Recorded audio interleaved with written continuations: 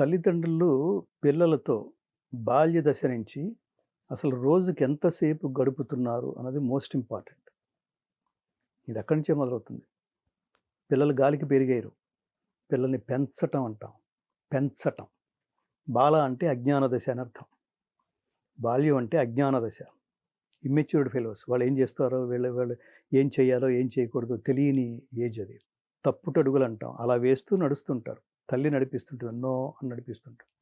తప్పు చేసినప్పుడు సీరియస్గా తల్లి చూసి మందలిస్తుంది. వినకపోతే 2 దెబ్బలేస్తుంది. వాడిని సక్రమమైన మార్గంలో నడిపించడం కోసం. నేను ఈ ఈ ఛానల్ ముఖతః నేను ఇప్పుడు చాలా చోట్ల కూడా ప్రధానంగా మిగతా వాటి ఆ సబ్జెక్టులోకి వెళ్ళే ముందు అసలు ఫస్ట్ చెక్కవలసింది ఎవరో తెలుసా? తొలి శిల్పి, తొలి గురువు తల్లి. తల్లి. నేను ఇవాళ భగవద్గీతలోకి రావడానికి నా తొలి గురువు తల్లి. బాల్య దశ నుంచే మీరు చిన్నప్పుడు వైట్ పేపర్ లాగా ఉంటుంది మైండ్. ఏది రాస్తే అది రిజిస్టర్ అయిపోయి ఉంటుంది. చిన్నప్పుడు మా అమ్మ ఏం చెప్పిందో జో అచ్యుతానంద జో జో ముకుంద అది రిజిస్టర్ అయిపోయి ఉంటుంది.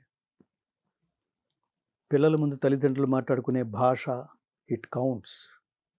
ప్రింట్ అయిపోయి ఉంటుంది.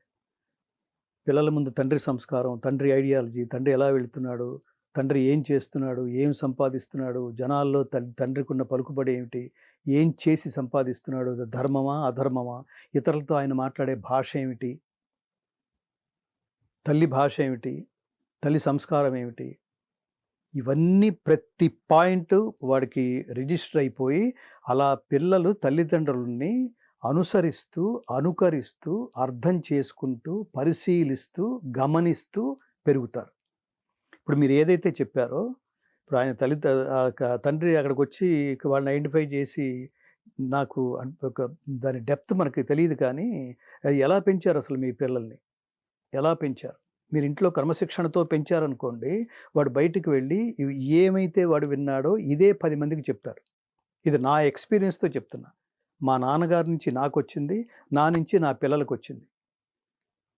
అది ఎక్కడ దాకా వెళుతుందంటే, నో ఈ పని చేస్తే నాన్న హర్ట్ అవుతాడు, ఈ పని చేస్తే అమ్మ ఊరుకోదు, ఈ పని చేయటం వల్ల నాన్న చాలా ఆనందిస్తాడు, ఈ పని చేయటం వల్ల అమ్మ దగ్గరికి తీసుకుని కళ్ళ నీళ్లు సుడులు తిరుగుతుండగా నుదుట ముద్దు పెట్టుకుని నువ్వురా నా కొడుకువి, నువ్వురా నా కూతురివి అని ఆశీర్వదిస్తుంది. మాతృదేవో భవ. ఈ శబ్దాలన్నీ వాడు వినాలి, పెరుగుతూ వినాలి.